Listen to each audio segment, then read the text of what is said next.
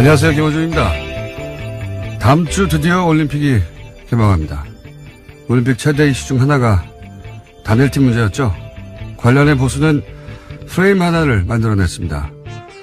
북한 선수들 참가는 남한 선수들 기회를 박탈한다. 공정하지 않다. 올림픽은 그 탄생부터 평화를 위한 것이었고 유치하는 노력부터 이미 공공의 자원이 엄청나게 동원이 됩니다. 하여 선수들로 올림픽 정신의 구현과 공공의 이익을 위해 때로는 개인적 이익 일부를 남과 공유할 의무가 함께 부여되는 겁니다. 전쟁이 고론되던 상황에서 우리 공동체에게 평화의 상징이 필요하다. 그럼 개개인 출전 시간 중 일부는 그 목적을 위해 공공재가 될 수도 있는 게 올림픽의 정신과 공공의 이익에도 부합하는 겁니다. 정부가 그런 메시지의 전달과 관리에 실패한 측면이 있습니다. 그것대로 비판할 수 있죠. 하지만 출전 시간이 줄어서 공정하지 않다는 단순한 프레임 하나에 거의 모든 언론이 아무런 문제 제기도 없이 동조하는 상황이 저는 참으로 기이합니다. 올림픽이 개인 커리어만을 위한 취업 박람회가 아니잖아요. 올림픽이 개인만의 경영이면 올림픽기와 국기는 왜 겁니까? 선수 명함하고 이력서를 걸어야지. 올림픽만 생각해온 어린 선수들이 거기까지는 생각 못했을 수 있습니다.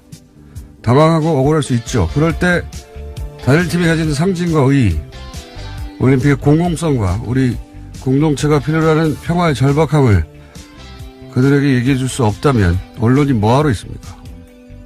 김어준 생각이었습니다.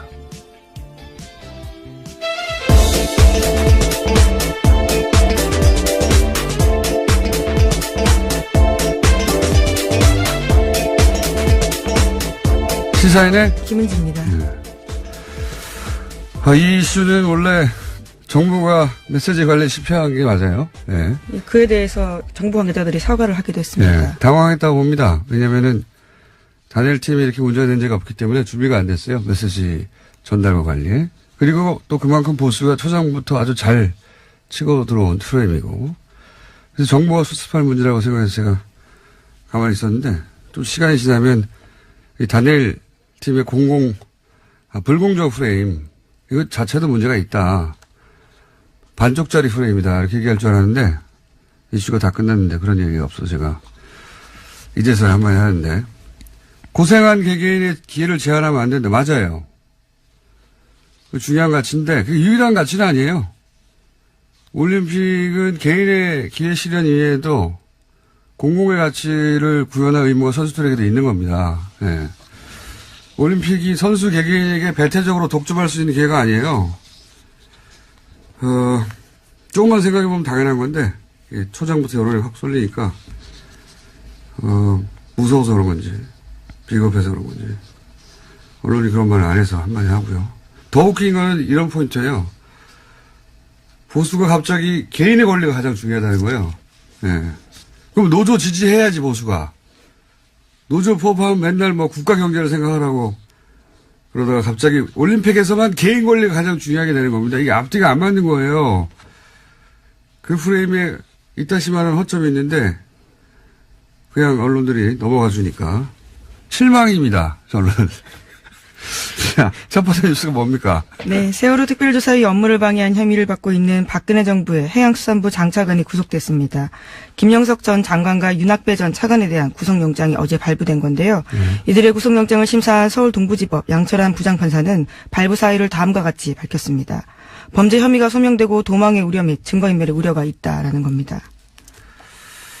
세월호 특조위 방해 관련해서 장관이 구속됐습니다. 하도 뉴스가 많아서 이제 구속에 있는데 드디어 세월호 진실규명을 하는 것을 조직적으로 방해한 행위가 이제 구체적으로 밝혀질 시점이 됐습니다. 예.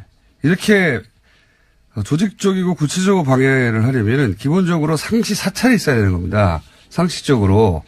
그래야 미리 막죠. 당연하게. 그러면 누가 합니까? 이걸 국정원이 하는 겁니다. 통상적으로는 도청하고 미행하고 뭘 하는지 어떤 회의를 하는지 그 안 알려주거든요. 특조위에서. 그걸 어떻게 알아요? 그 공간을 도청하거나 예. 사람들의 통화를 도청하거나 사람들을 미행하거나 기본적인 사찰이 없으면 그러니까 사건이 터지고 나서는 막기가 어렵잖아요. 이미 언론을 타면 미리 알아야 되거든요. 자, 그러면은 이제 특조위의 기밀을 어떻게 수집했는가 또는 예, 뭐 그와 같은 내용도 나왔습니다. 박근혜 대통령의 7시간 행적을 조사한 특조위에 대해서 어떻게 대응할지에 대해서 문건이 나온 건데요. 2015년 11월 달에 특조위가 세월호 참사 당일에 박근혜 전 대통령의 7시간 행적 조사하기로 했습니다. 그 당시에 강하게 반발하면서 새누리당 추천위원 4명이 나갔는데요. 그에 대한 내용들이 똑같이 문건에 쓰여 있습니다. 당시에 치밀한 보안이 요구되어서 특조위 상임위원조차도 내용들을 몰랐었는데 이에 대해서는 비공개 일정과 내용, 행적조사 안건이 언제 어떻게 의결될지도 다 쓰여 있었다라고 합니다. 그거 다 이제 밝혀야 되고 이거 어떻게 합니까? 당연히 여기서 국정원은 왜 기여했고 정부는 왜 재난의 진실을 파헤치는데 이렇게까지 방해를 했는가? 이제 거기서부터 다시 시작해야 되는 거죠. 자, 네, 박근혜 정부의 청와대가 어떻게 개입됐는지 좀 구체적으로 나오고 있는데요. 안종범 수석에게는 특조위 7시간 조사 막으라면서 해수부를 적극 하라고 5자리나 시켰다라고 하고요. 조윤선 수석에게는 기형적인 특조위를 폐지할 필요가 있다면서 여당과 논의하라고 했습니다. 또 우병우 수석에게는 정교조 계획을 무력화시키다라는 이야기도 했고요. 뭐 세월호도 사실 아직 밝혀진 것보다 밝혀지지 않은 게 훨씬 많은 사건이기 때문에 출발점에 제대로 쓴 것 같습니다. 자, 다음 뉴스는요. 네, 오늘 이명박 전 대통령 관련된 뉴스가 많습니다. 가장 먼저는 다스인데요. 검찰이 다스의 법인의 수출 대금 1,500억 원을 쪼고 있다고 JTBC가 보도했습니다. 대금이 들어오지 않고 해외에서 사라졌다라는 정황을 포착했다라는 건데요. 검찰은 최근 다스의 전현직 회계 관계자들을 불러서 조사하고 있습니다. 주진우 기자가 그리고 안홍건 청장이 몇 달 전부터 계속 주장하는 얘기죠. 예, 해외로 빠져나가는 돈, 예, 비자금. 그리고 제가 2012년에 싱가포르에서 예, 이런 비자금이 그쪽으로 모인다 이런 첩보를 입수하고 그때부터 추정한 적이 있어요. 미국이 스위스 계좌를 이제 털면서 국제적으로 블랙머니가 싱가포르로 많이 이동했었거든요. 그때. 스위스 은행이 싱가포르로도 많이 이사를 갔고요, 그때. 왜냐하면 거기가 합법적으로 차명계좌가 가능합니다. 그러니까 불법이 아니에요, 싱가포르에서는. 합법이에요. 대리를 내세우는 게. 거기에 이제 싱가포르의 페이퍼 컴퍼니 혹은 뭐 비자금 저수지라고 저희끼리 불렀었는데 돈이 모여있다고. 이게 어려운 점이 뭐냐면 어디서 다 끊겨요. 하다 보면. 예. 프라이빗 뱅킹의 특징이기도 하고. 이거 공권력이 직접 수사를 해야 되는 사안인데 언제 되려나 그러고 있었는데. 예, 드디어 착수했다고 합니다. 드디어 계기가 마련되고. 예. 다스의 싱가포르 회사 이름은 인티어 다스라는 곳인데요. 2005년에 캐나다 업체 합작해서 만들었습니다. 그런데 관련된 의혹들이 만들어지자요. 2012년에 폐업했습니다. 진작 알고 있던 내용입니다. 어쨌든 거기에서 그냥 머물러 있지는 않을 거예요. 돈이. 이런 돈이라는 게 계속 흘러가니까. 어쨌든 싱가포르가 거점이었다. 거점 중 하나였다. 예. 이것까지는 저도 확실하게 알고 있던 바입니다. 예. 그 이유를 추적하기가 어려운 것이지. 드디어 공중파 뉴스에서도 나오군요. 자, 다음 뉴스는요. 네, 이명박 전 대통령의 큰 누나의 아들인 조카 김동혁 씨라는 사람이 있습니다. 이 김동혁 씨가 최근에 검찰의 비공개 조사를 받았는데요. 검찰 조사에서 모친에게 상속받은 부동산이 사실은 이명박 전 대통령의 차명 재산이다라고 진술했다고 합니다. 이명박 전 대통령 기자회견할 때, 이거 하지 말았어야 할 기자회견이다. 끝났다, 이제. 뚝이 무너질 것이다. 예. 이게 이제 저희가 처음에 다스는 누구 겁니까? 라고 다스를 공격한 것도 사이버사나 국정원 댓글은 훈련된 조직원들이 그 가운데 있어요. 진실 끝까지 가는데. 혹은 공직자들이 있고. 하지만 다스는 민간인들의 회사입니다. 그리고 이런 경우에는 어디 방어막 한 군데 구멍을 뚫는 게 중요합니다. 거기가 무너지면 심리적으로 다스가 뚫렸어요. 그러면 다른 것도 심리적 전선이 같이 무너지는 거예요. 이거 나만 혼자 이거 방어하고 있으면 뭐해? 이렇게 이제 무너지기 시작하는 거죠. 외삼촌 땅 우리가 가지고 있는데 이거 다 예, 드디어 사실을 말하게 되는 그러니까요. 겁니다. 이명박 전 대통령 참여예산이다라고 얘기하게 되는 것이고 이런 일들은 점점 더 많이 벌어지겠죠. 이제 시작에 불과하다. 예. 다음 뉴스는요? 예, 또 영포빌딩 압수수색하면서 관련된 내용들이 굉장히 중요한 게 많이 나왔다라고 SBS가 보도하고 있는데요.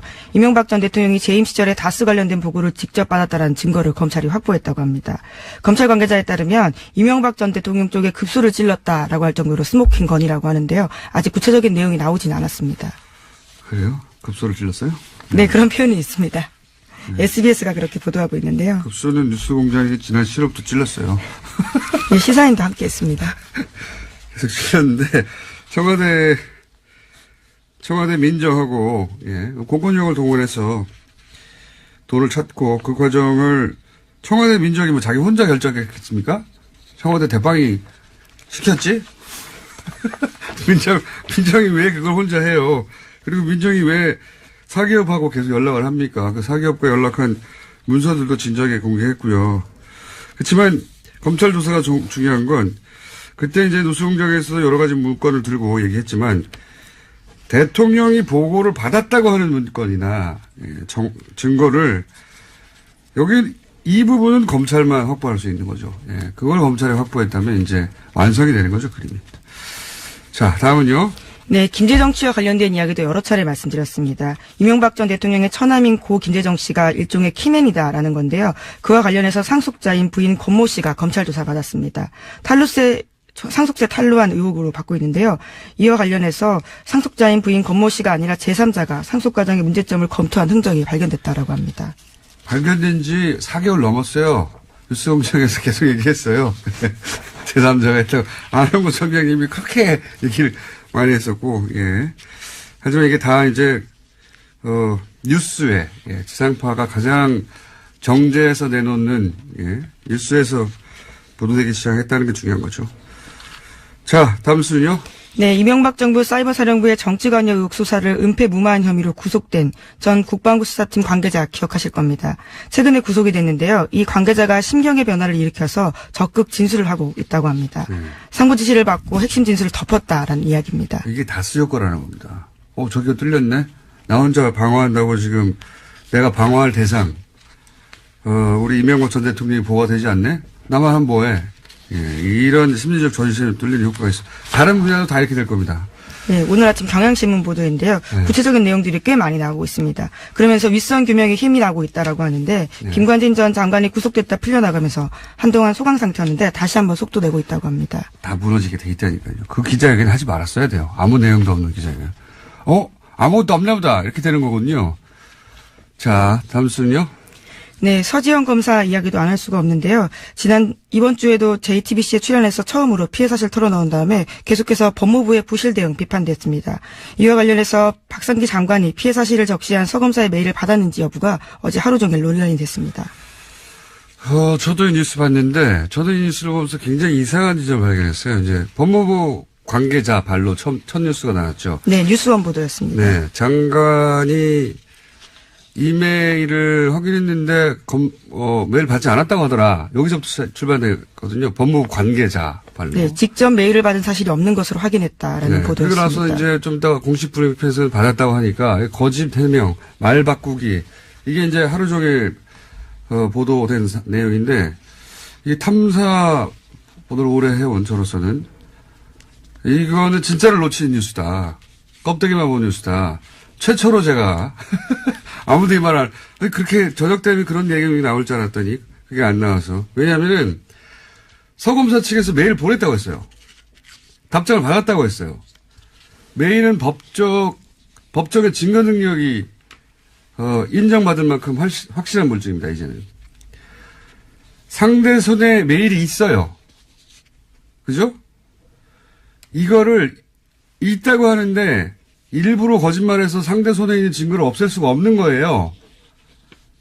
즉시 들통이 나는데 이런 건 바보도 안 하는 거짓말입니다. 이렇게 생각을 해야 돼요. 첫 출발부터. 그리고 이렇게 큰 사건인데 여검사가 성추행을 당했다고 장관한테 직접 진정을 했어요. 이게 맨날 있는 일입니까? 최초로 있는 일이에요. 잊을 수가 없는 사건이에요, 이거는. 더군다나 관련자가 현직 의원입니다. 그리고 가해자가 아주 유명한 검사예요. 모를 수가 없어요. 절대로 잊을 수가 없는 사건인 거예요. 게다가 그런 메일을 받고 이런저런 지시를 했다고 이제 밝혀졌지 않습니까? 이거 어떻게 전체를 다 잊어버려요? 네, 검찰국의 관련자 면담하도록 지시했다라면서 구체적으로 누구와 약속 잡고 미리 알려달라는 이야기까지 그런 건 했다고 중요하지 합니다. 않고요. 핵심은 이거예요. 잊을 수가 없는 겁니다. 장관도 잊을 수가 없고 또는 숨기려고 해도 숨길 수가 없고 그리고 거짓말도 불가능하고 게다가 지시를 이행한 사람도 너무 많고 이렇게 상식적으로 생각하고 단 다음에 그 다음에 사건을 재구성을 해야 되는 거예요. 일부러 거짓에서 빠져나갈 수도 없죠. 잊을 수도 없는 사건이죠. 그 다음 생각해야 될 거는 그러면 그 법무부 관계자가 장관을 메일을 안 받았다고 했잖아요. 그렇죠? 네, 그럼 해당 보도에 따르면 그렇습니다. 법무부 관계자가 정말 법무부 장관에게 확인을 하고 기자에게 그런 말을 한 것인가. 제가 보기엔 이 사태의 진짜 주인공은 이 법무부 관계자입니다. 그 관계자가 장관님 메일 안 받았어요? 받았어요. 확인을 했는지 여기서부터 다시 확인해야 되는 거예요. 제가 보기엔 이거 거짓말입니다. 확인했다는 건. 다시 말씀드리지만 상대한테 물증이 있고 잊을 수 없는 사건인데 면담한 직원도 있어요. 관계자가 많아요. 아는 사람이 너무 많아. 장관이 거짓말해서 피할 수도 없고 얻을 이득도 없어요. 이렇게 생각을 못하면 기자들이 관성적으로 그냥 법무부 관계자와 법무부 브리핑이 차이가 나. 아싸 거짓말 이렇게 기사 쓴 겁니다. 이렇게 하면 맨날 껍데기 기사가 나오는 거예요. 진짜 질문은 그 관계자는 왜 그랬냐. 10중 8구 제가 보기엔 거짓말했어요. 이걸 파야 진짜 뉴스가 나온다. 법무부 장관이 조직 장악이 안 된 건가? 아니면은 이전 정부의 인사 일부가 사보타지를 하고 있는 건가? 이걸 못 보면 진짜 뉴스가 안 나오는 거예요. 왜냐하면 이렇게 하고 나면은 가해자는 사라지고 박상기 법무부 장관만 남는 거예요. 사건의 주요 인물인 것처럼. 하여튼 마음에 안 듭니다, 요새. 자. 네, 어쨌거나 서 검사도 법무부 담당자 만나서 진상조사 요구했는데요. 해가 넘도록 조치가 치러지지 않았다는 점도 이야기하고 있습니다. 그 점은 그 점대로 따질 일이에요. 예, 그 점은 그 점대로 따질 일이고 피해자 입장에서 만족스럽지 않은 거죠. 예. 근데 이제 사건의 포인트가 법무부 장관이 아닙니다. 제가 보기엔 이 첫 보도가 나간 관계자를 봐보세요. 그리고 관계자와 장관의 말이 일치하는지 확인해 보세요. 거기서부터 진짜 사건이 숨어 있다. 자, 다음 수는요? 예, 오늘 아침에 한국일보에서 안철수 국민의당 대표의 인터뷰가 있었는데요. 예, 바른정당과 손잡고 통합신당 준비하고 있는 중입니다. 이에 대해서 지방선거 이야기가 좀 나왔었는데 6.13 지방선거나 재보궐선거 출마 등 모든 가능성이 열려있다라는 이야기를 했습니다.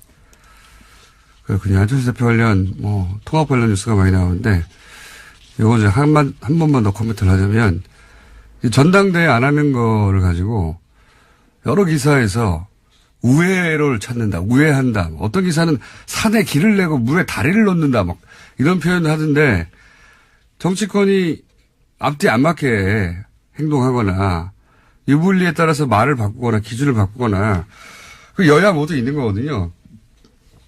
그리고 또 출입 처면은 또 막 공격하기도 그렇잖아요. 그래서 적당히 덮어주기도 하죠. 근데 이건 막 예를 들어서 이 우회로다, 전당대회 안 한 거 우회한다. 산에 길을 내고 물에 다리를 넣는다. 이건 너무 만져주는, 이거 애모예요. 이렇게 표현하면. 이렇게 하면 안 되는 겁니다. 표현이 너무 선정적이신 것 같은데요. 너무 깜짝 놀랐습니다. 적당히 해야죠, 적당히. 보세요. 합당은 전당대회에서 결정한다. 오늘 열받네요. 당원이 그래요? 근데 안철수 대표 측이 장악한 중앙위가 당원을 개정해요. 전당대회 안 하고 그냥 당원 투표를 한다고. 그러면서 뭐라고 하냐면 당원을 개정하면 즉시 효력이 발생하고 다음 전당대회에서 추인을 하면 된다. 이렇게 말해요. 추인을 안 했는데 어떻게 효력이 즉시 발생합니까? 논리적으로 말이 안 되죠. 그리고 이미 합당이 됐는데 국민의당의 전당대회는 이제 영원히 할 수가 없는데 어디서 추인합니까? 어디서? 추인할 데가 없어. 앞뒤가 안 맞아 이건. 논리적으로 하나도 말이 안 되는데 무슨 우회로예요. 이거는 강목 들고 용팔이 전당대회를 했는데 정면 돌파다. 이렇게 말해주는 것과 마찬가지인 겁니다. 적당히 좀 해야지. 민망해요, 진짜. 뭐 우회로예요, 이게. 아유, 바보같이 정말. 자, 어제 블랙하우스에서 여기까지만 하고 끝내죠. 공중파에서 최초로 포털에서 매크로가 가능하다. 기술적으로 가능하다. 이걸 시연했는데, 당연히 네이버에서는 검색어에 등장하지 않았고, 공중파에서 네이버, 매크로 가능해. 신기하거든요. 검색해 봐야 돼요. 등장하지 않았고, 당연히 예상한 바입니다만. 그러면 안 됩니다. 네이버. 이 또한 지나가리라. 그렇지 않습니다. 예. 블랙하우스 한번 검색해 보시고, 다른 건 몰라도, 그건 보셔야 됩니다. 매크로가 가능하다는 거. 오늘 뉴스도 많고 할 말도 많았네요. 네. 답답한 하루였습니다. 자, 지금까지 김은지였습니다. 감사합니다. 네. 참. 네. 바로 끝내면 안 되는군요. 미니가 하나 준비되어 있습니다. 정세현 전 통일부 장관님 전화 연결됐습니다. 죄송합니다. 가치란 장관님. 안녕하세요. 예, 안녕하세요. 근데 왜 그렇게 화를 내요, 아침부터? 뉴스를 읽다 보니 갑자기 띵 해가지고요. 그게 됐지. 예. 일리 있어요. 장관님도 갑자기 훅 가실 때 있잖아요. 네. 네, 그래요. 갑자기 저희 연결드린 것은 이제 뭐 올림픽 내내 중간중간 연결되겠다고 했는데 저희가 하루 이틀 놓쳤는데 열병식 관련한 뉴스도 있고 그리고 뭐 금강산 안 가는 뉴스도 있는데 우선 북한이 금강산에서 행사 안 하겠다고 갑자기 나온 이유는 뭐라고 보십니까? 뭐 여러 가지 이유 있다고 생각해요. 일석 한 3조 정도. 일석 3조. 그런 생각인데. 예. 첫째는 남쪽에서 그 금강산 문화행사를 비롯해서 예. 남북이 이렇게 뭐 공동원하고 공연하고 하는 걸 가지고 무슨 북한의 체제 선전이니 네. 또는 뭐 한미동맹을 이간시키려고 하는 거니 하는 식의 보도들을 일부 언론에서 하지 않았습니까? 많이 했죠. 그다음에 예. 그다음에 또 2월 8일 날 하게 돼 있는 건군절 행사 70주년 건군절 70주년 행사도 그것도 무슨 올림픽에 오기로 해놓고 그 전날 하는 법이 어딨냐? 이게 완전히 그 위장평화공세다 내지는 갈라치기다 뭐 이런 비난을 하는 데 대해서 불쾌감을 표시하면서 첫째, 두 번째는 대내적으로 그 남북한 공동 문화 행사를 하는데 우리 사람들만 가서 관중석에 앉아 있을 수는 없잖아요. 네. 북한 주민들도 데려와야 되거든요. 근데 그 금강산 근처에 있는 사람들 데려오는 것도 간단치가 않고 왜냐하면 굉장히 못 사는 동네입니다. 네. 그러니까 다 어떻게 보면은 옷도 헤입히고 등등 아니면은 평양에서 데리고 와야 돼요. 원산이나. 그 교통 문제도 간단치가 않아요. 북한의 지금 현재 형편으로는. 특히, 기름은 뭐, 하나도 못 들어가게 하면서 자동차 움직이는 것이 쉽지 않고, 동원이 어렵죠. 그 다음에 세 번째는, 이제 북쪽 공연도 하지만, 네. 우리 쪽에서 가서 공연할 거 아니에요? 네. 우리 쪽에서 가서 공연하는 거에 대해서 북쪽이 좀 부담을 느낄 겁니다. 무슨 얘기냐면, 지난번에 그 블랙하우스 때 잠깐 보였던 그 베이비복스 평양 공연. 네. 그 베이비복스의 평양공 같은 걸 보고 북한 사람들이 느낄 문화적 충격. 예. 그리고 그것이 체제에 미치는 영향, 이런 거 생각하면은 이게 득될 것이 없다. 핑계 없냐? 이번에 남쪽에서 뭐 여러 가지 비난하는 거에 대해서 그 핑계 대고 이거 이제 차라리 안 하는 게 낫겠다 하는 결정을 하지 않았나. 복합적인 원인이 있다는 거죠. 그렇군요. 예. 여러 가지 사정상 이건 안 하는 게 낫겠다고 이제 종합적으로 북한이 판단했을 것이다. 예. 네, 그 대신 마식령 스키장에 뭐 공동 훈련을 한다 하는 것은 그 별로 그렇게 접촉 기회가 없어요. 선수들끼리는. 예. 스키이기 때문에 이게 기록 경기 아닙니까 스키가. 그러니까 실제로 갔다 온 그 기자들 얘기 들으니까 각자 북한 선수 한번 쭉 타고 내려오고 네. 우리 선수 타고 내려오고 뭐 그러고 끝났다.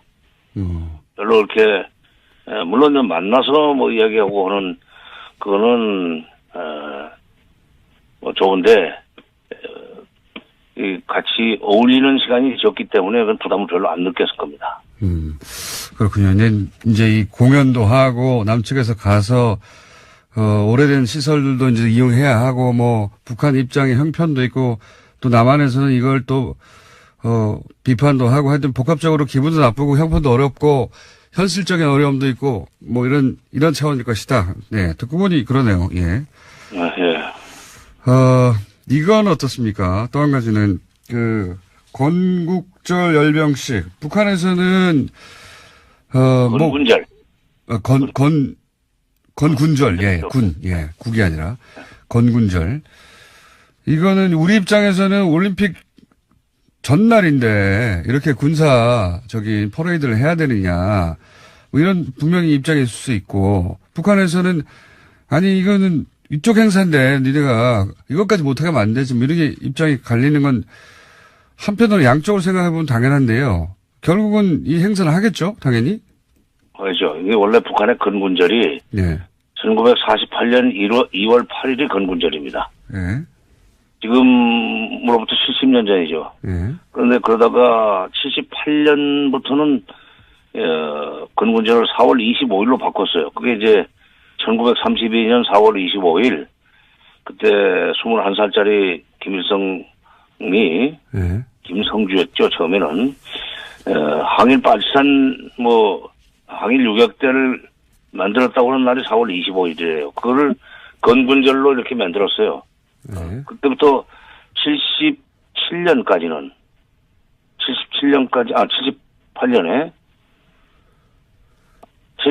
4월 25일부터 4월 25일 건군절로 만들어가지고 2014년까지는 4월 25일을 건군절로 치고 행사를 했었습니다. 열병식 할 일 있으면 열병식 하고 실내 행사 할 일 있으면 실내 행사. 근데 열병식까지 하는 건 되게 꺾어지는 해예요. 10년, 5년, 20년 이럴 때.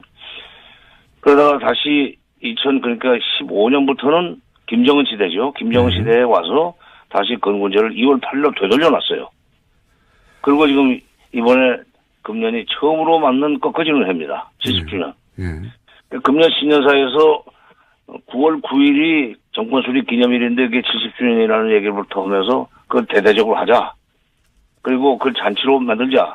그리고 남쪽에서 마침 평창 올림픽도 있으니까 그것도 우리가 참가하는 식으로 해서 그것도 좀 축하해주자 하는 얘기를 신년사에서 했었습니다. 그러니까 이게 2월 8일이었다가 4월 25일로 됐다가 2015년부터 2월 8일로 다시 되돌아간 건데 이게 이 김정은 시대에 와가지고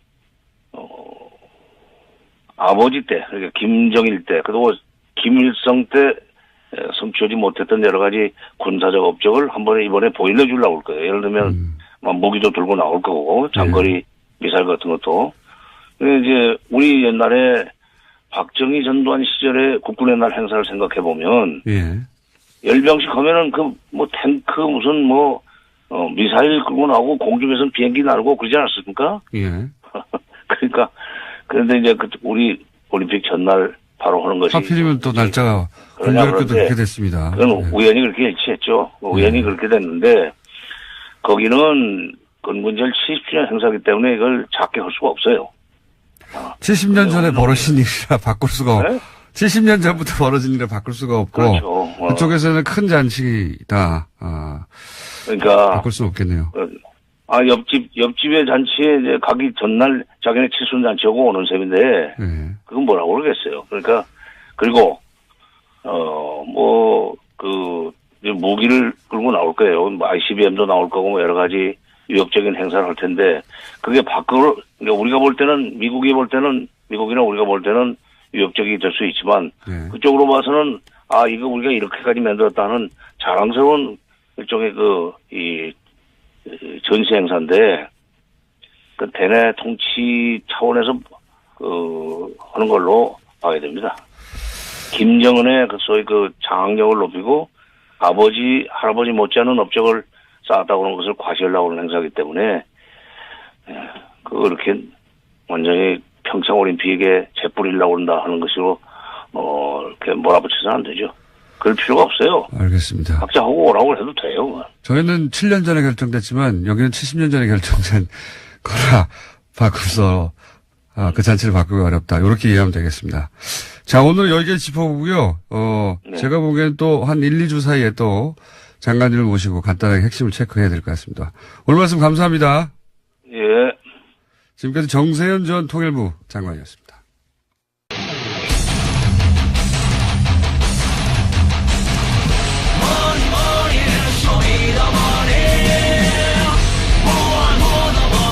쇼미더머니 안원구 전 국세청장님 나오셨습니다. 안녕하십니까. 네, 안녕하십니까. 네. 다른 것 진행하기 전에 플란다스에게 많은 분들이 궁금해하실 것 같아가지고 제가 이제 양쪽을 다 만났습니다. 물론 한쪽은 여기 계시고, 네. 이사회 관계자도 만나봤어요. 입장을 정확하게 이해하고 싶어가지고, 예. 그리고 이제 여러 우려도 충분히 들었고, 네. 자체적인 판단의 이유도 이제 제가 충분히 설명을 들었고요. 그래서 이제 이사회는 그 결정한 입장을 계속 고수하고 그렇게 이렇게 중단한다는 입장이죠. 그리고 또 청장님은 또 나름의 이유로 플란다스계를 계속 추진하시는 입장이신 거죠. 네, 그렇습니다. 네.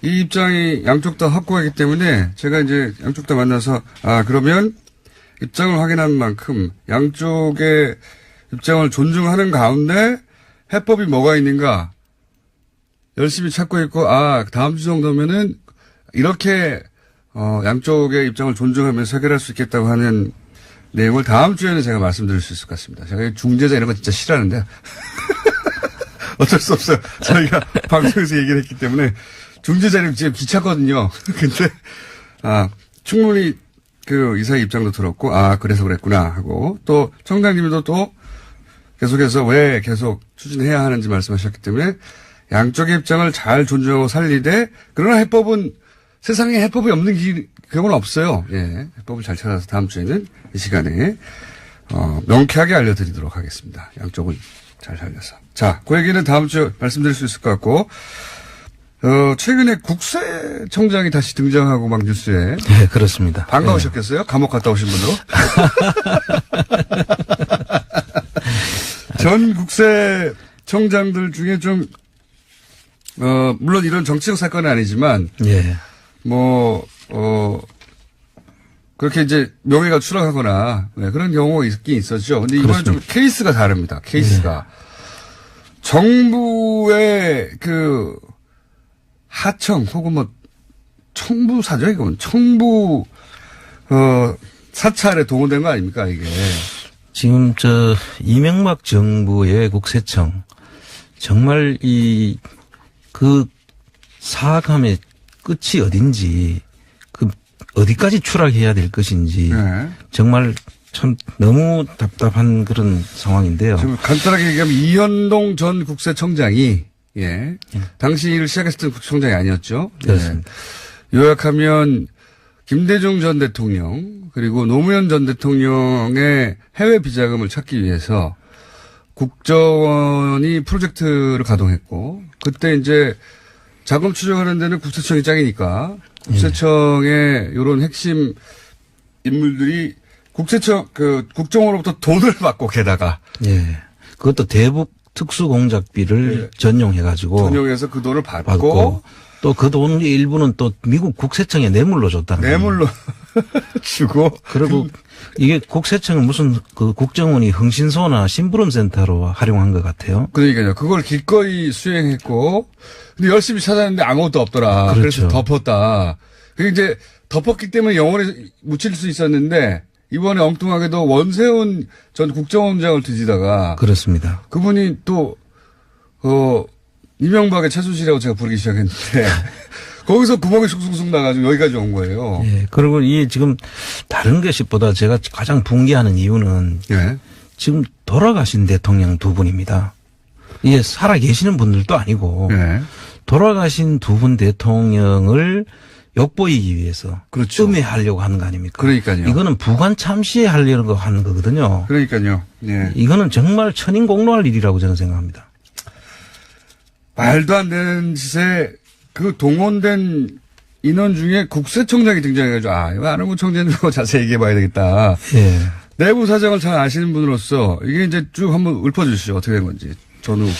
그러니까 데이비슨 또는 연어 이런 공장명으로 이제 돌아가신 두 분 대통령을 음해하기 위해서 미국까지 직원들을 공조직 직원들을 보내가지고 파견해가지고 뇌물까지 써가면서 예. 그 사실을 파악하려고 했었다는 것이고. 노무현 대통령 살아계실 때는 한상률 전 청장이 노무현 대통령 뒤를 캐는 역할을 한 거 아닙니까? 그죠? 그렇죠. 그랬다가 나중에 결과적으로 태강실업 세무조사를 통해서 예. 노무현 대통령이 돌아가시게 된 그런 그 결과를 가져왔고요. 그 이어받은 분이 이제 지금 이현동 전 청장이라는 거 예, 아닙니까? 그리고 그 뒤에 다시 또 그 DJ 비자금 때문에 독일 가서 전번에 얼마 전에 국민의당의 그분이 그 이야기를 하면서 비자금이 얼마 있는 거 뭐 봤다, 검찰에서 봤다 해가지고 그렇죠, 문제가 그렇죠, 된 적 있죠.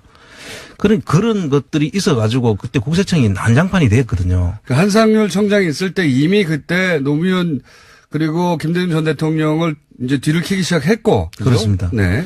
그래서 그게 문제가 돼가지고 한상률 씨가 미국으로 도망가고 뭐 도망갔죠. 도망갔습니다. 예, 그거 그렇게 완전히. 됐는데. 네, 도망갔는데 그 돈 어디서 났는지 추적해야 돼요. 예.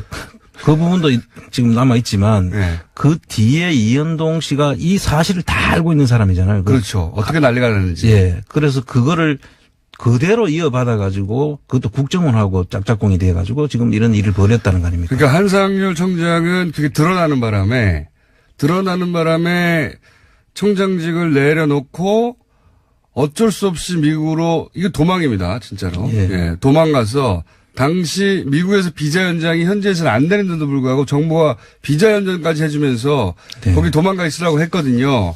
그러면 국세청에서는 야, 이거 정부 하청 사찰하다가 난리가 났다. 이렇게 다 알고 있는데도 불구하고 그 다음 청장이 또 이런 일을 한 거 아닙니까? 몰래. 그러니까요. 이게 있을 수 없는 일이죠. 그렇게 조직을 망가뜨려 놓고 또 이 일을 저질렀다는 것. 그리고 저는 이 혼자 개인이 한 일은 아닐 거라고 생각합니다. 예. 좀 이유를 설명해 주십시오. 이게 지금 미국까지 보내려고 하면 예. 미국 국세청하고 접촉하는 조직이 있었을 거 아닙니까? 예. 그럼 그 밑에서 이 일이 분명히 부정한 일이라 뇌물을 써가지고까지 하게 됐다면은 부정한 일인 줄을 알고 이 일을 그렇군요. 했을 거예요. 청장이 돈 들고 가서 주지는 않았잖아요. 가방 줄 수는 없죠. 예. 그럼 그 일을 수행했던 그 당시에 직원들이 아직도 남아 있는 거예요.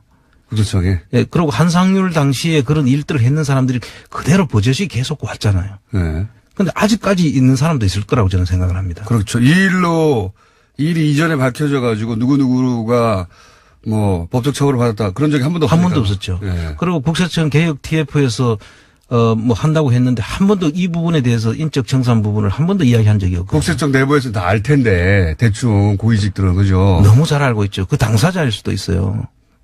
아, 그렇군요. 국세청을 개혁한다고 하는 팀 중에 그 당사자가 들어가 있을 수도 있다. 그렇습니다. 그래서 그러네요. 아찔. 그러네요. 근데 보통 보면은 그런 일을 은밀하게 한 사람들은 대부분 승승장구를 하거든요. 이현동 청장도 결국 청장이 된 거 아닙니까? 그렇습니다. 예. 그것도 2년 만에 상급 국장에서 예. 2년 만에 청장까지 이제 어려운 일입니까? 불가능한 일이죠, 보통은. 그러면 뭐 국세청 안에서는 다 알았겠요. 저게 어떻게 가능하냐. 뭐 했다, 뭐 했어, 이렇게. 정권하고 특별한 유착 관계가 없으면 네. 있기 불가능하다, 그렇게까지. 얼마 걸립니까, 보통은? 보통 뭐 10년? 아, 그걸 3년 만에. 2년 만에 주파했다? 그렇죠. 예. 그럼 뭐, 대위가 별다는 거네요, 바로. 뭐 그런, 뭐 대위까지보다는 하여튼 뭐 거의. 소령 정도 됩니까, 그럼? 소령이 별다는 겁니까? 바로 중간 건너지고? 정확하게 말하면 뭐 이제 한 대령쯤에서 네. 바로 이제 대장이 되는. 아, 대령에서 대장이 되는. 네, 그런. 그거나요. 저는 별 하나 얘기했는데. 어쨌든 그 정도로 점프한 것이다, 한꺼번에. 그렇죠. 네. 2년 만에. 네. 아, 그러면 국세청 내부에서는 뭐 파다했겠군요, 소문이. 아마 다 짐작하는 사람들은 다 짐작하고 있었다. 네. 그게 뭔지는 모르겠으나 정권에 뭔가 엄청난 충성을 해가지고 지금 잘 보여서 저렇게 되는 거라는 걸 다들 알았겠군요. 그 이제 보직 경로를 이렇게 보면 지금 누가 어떤 경로를 통해서 그 자리에까지 갔는지는 쭉 보직 경로를 보면 대충 알 수가 있거든요. 네. 그 대부분 보면 이제 청와대를 갔다가 예. 그 정권 초기에 청와대를 들어갔다가 나오면서 예. 점프를 크게 하죠. 예. 그러고 난 뒤에는 초고속도로를 달리는 겁니다. 그렇군요. 그래서 뭐 그 상상도 못하는 그런 자리를 계속 점프를 해서 결과적으로는 청장까지 가죠. 그런 사람들은 대부분들이 그 보직 경로를 보면 지금도 그 보직 경로를 따라가 보면 그런 사람들이 다 드러납니다. 정상적인 절차를 밟아서 가지 않은 분들은 뭔가 있다. 뭔가 정부가 하청한 특별한 사항들을 몰래 실행했을 수 있다. 이렇게 보면 되는 거군요. 그렇게 짐작이 됩니다. 그렇군요. 이원동 전 청장, 예. 이제 뭐 사법 처리를 받겠죠. 돈 받는 것도 드러났고, 뇌물 미국에 준 것도 드러났고, 그리고 이제 한 일도 일부 드러난 거 아니겠습니까? 이게 단지는 모르겠어요, 근데. 그런데 이제 저도 확실히 확인은 못했지만 전번에 그 김재정 씨 예. 죽고 난 뒤에 상속세 부분하고 몰락받은 과정에서 이 당시에 뭔가 국세청의 도움이 있지 않고는 힘든다고 그랬었죠. 그 말씀하셨죠. 네. 예. 그때 뭐 구체적으로 이야기를 할 수가 없어서 예.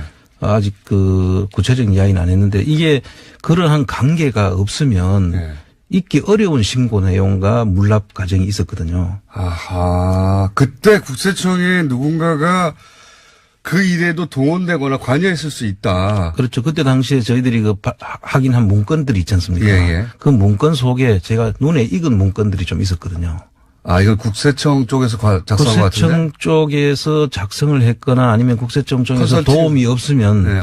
도저히 알 수 없는 그런 내용들이 거기에 포함되어 있었기 때문에 제가 그때 그런 의심을 했었죠.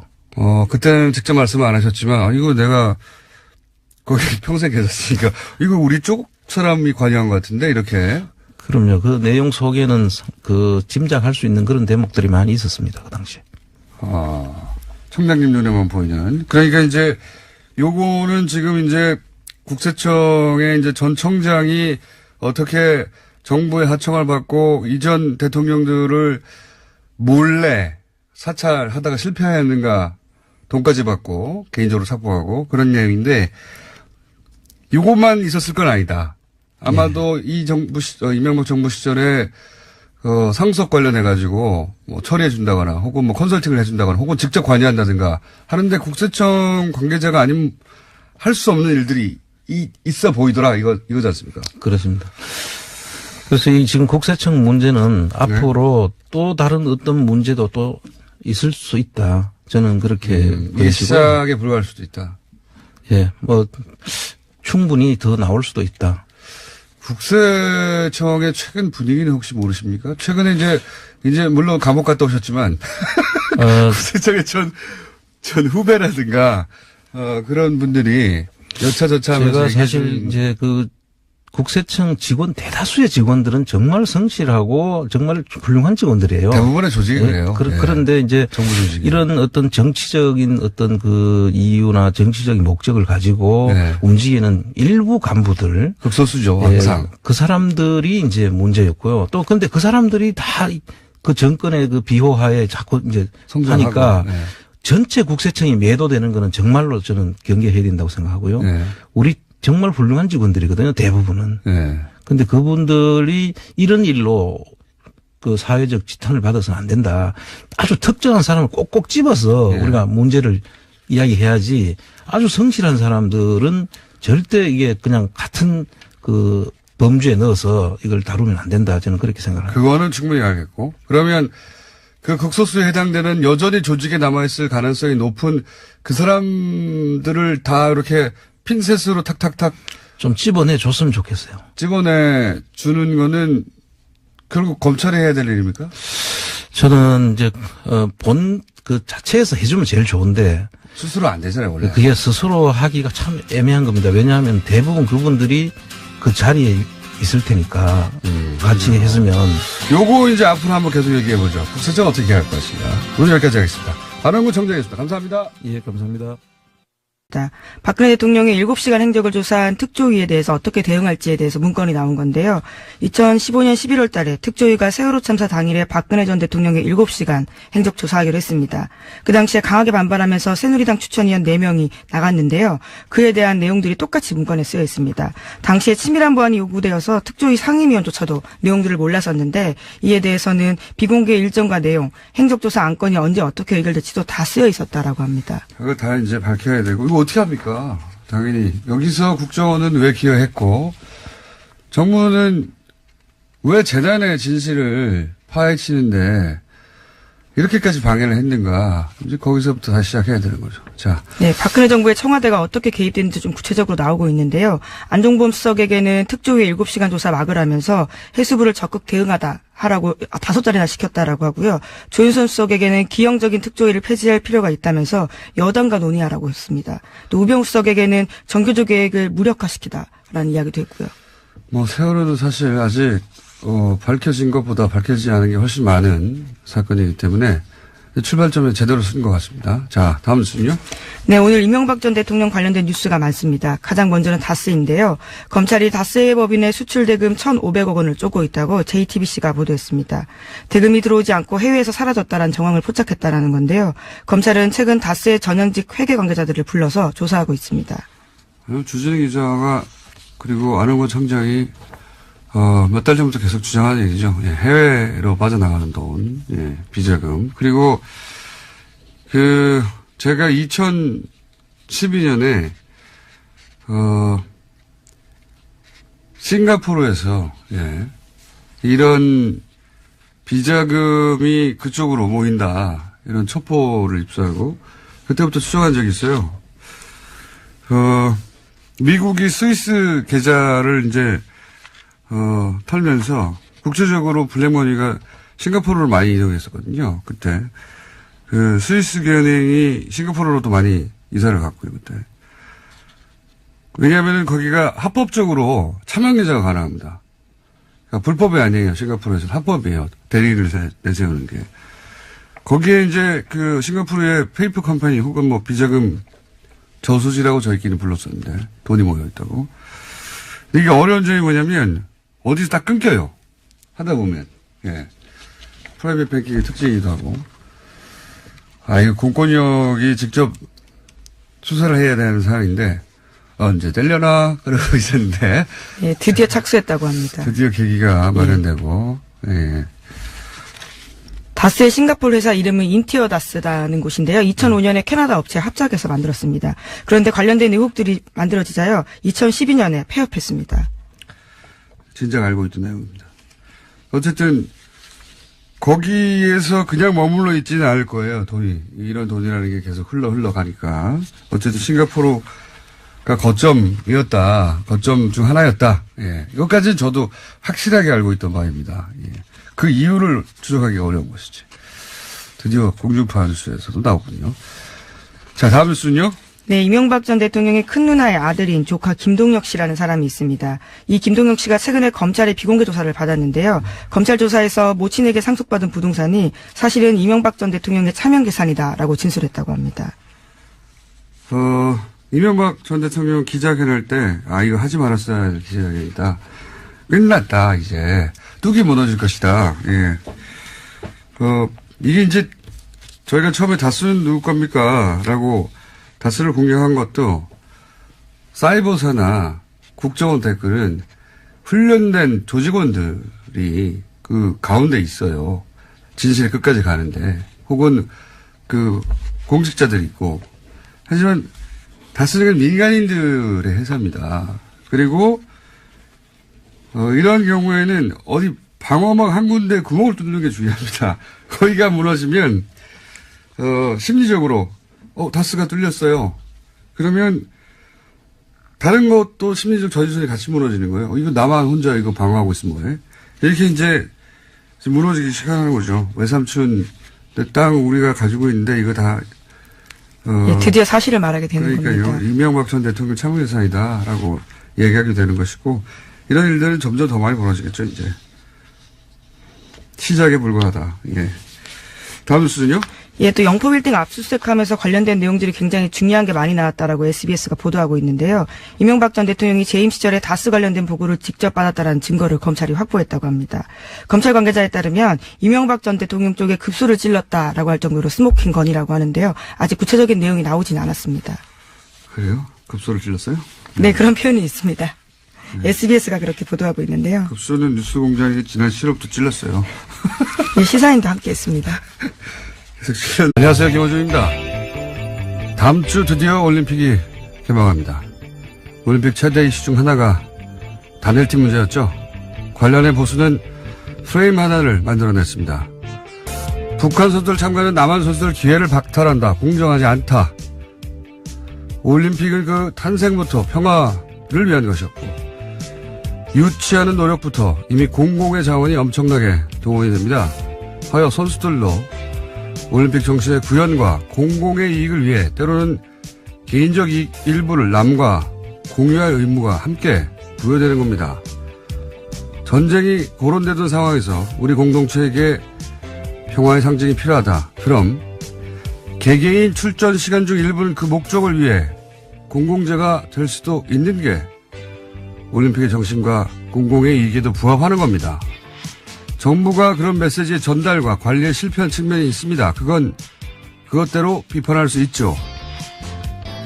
하지만 출전 시간이 줄어서 공정하지 않다는 단순한 프레임 하나에 거의 모든 언론이 아무런 문제 제기도 없이 동조하는 상황이 저는 참으로 기이합니다. 올림픽이 개인 커리어만을 위한 취업 박람회가 아니잖아요. 올림픽이 개인만의 경영이면 올림픽기와 국기는 왜 겁니까? 선수 명함하고 이력서를 걸어야지. 올림픽만 생각해온 어린 선수들이 거기까지는 생각 못했을 수 있습니다. 당황하고 억울할 수 있죠. 그럴 때 단일팀이 가진 상징과 의의, 올림픽의 공공성과 우리 공동체가 필요로 하는 평화의 절박함을 그들에게 얘기해 줄 수 없다면 언론이 뭐하러 있습니까? 김어준 생각이었습니다.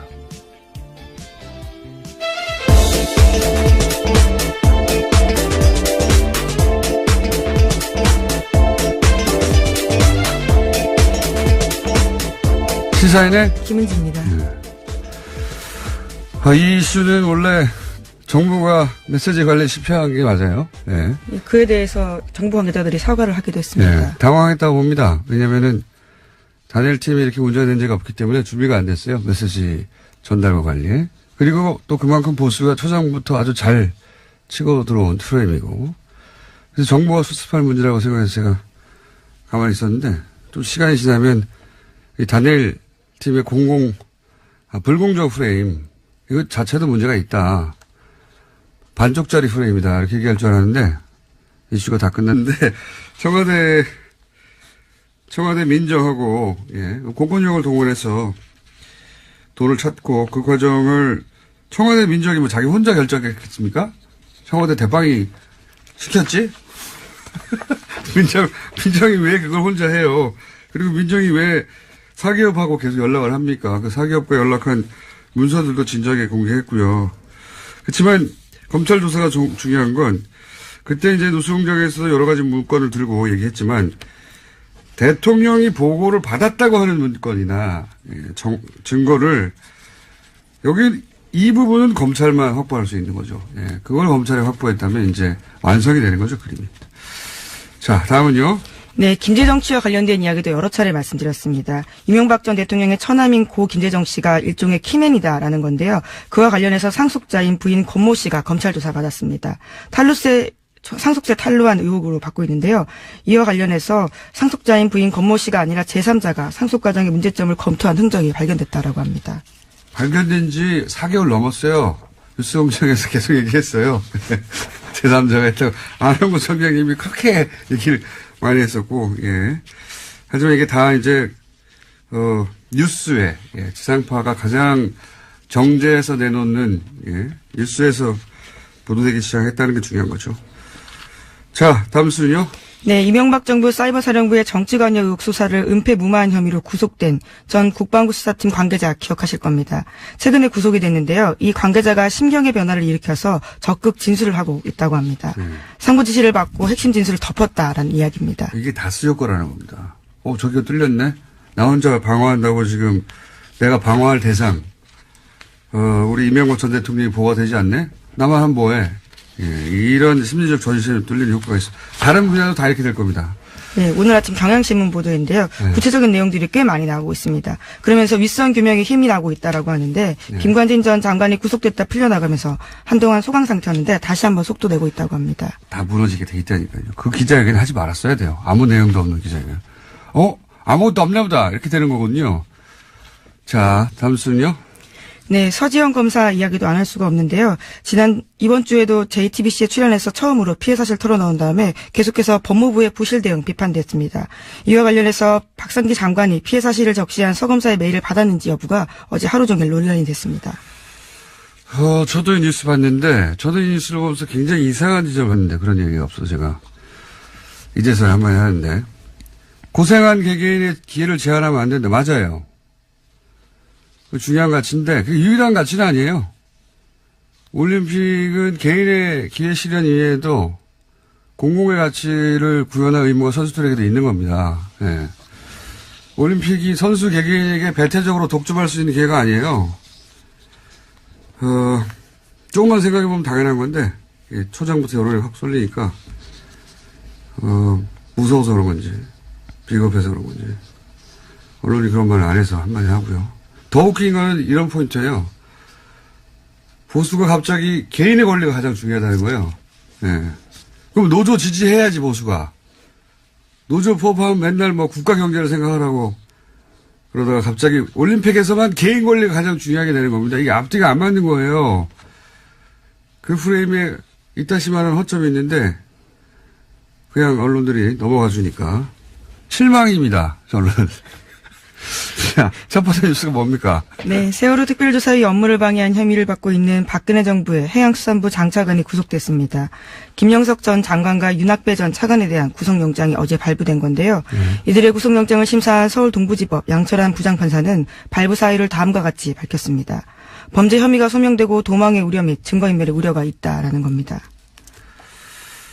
세월호 특조위 방해 관련해서 장관이 구속됐습니다. 하도 뉴스가 많아서 이제 구속에 있는데 드디어 세월호 진실규명을 하는 것을 조직적으로 방해한 행위가 이제 구체적으로 밝혀질 시점이 됐습니다. 예. 이렇게 조직적이고 구체적으로 방해를 하려면 기본적으로 상시 사찰이 있어야 되는 겁니다. 상식적으로. 그래야 미리 막죠. 당연하게. 그러면 누가 합니까? 이걸 국정원이 하는 겁니다. 통상적으로는 도청하고 미행하고 뭘 하는지 어떤 회의를 하는지 그거 안 알려주거든요. 특조위에서. 그걸 어떻게 알아요?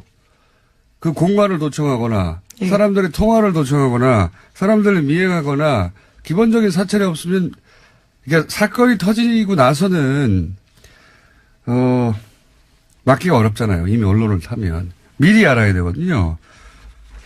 자, 그러면은 이제 특조위의 기밀을 어떻게 수집했는가 또는 네, 그와 같은 내용도 나왔습니다.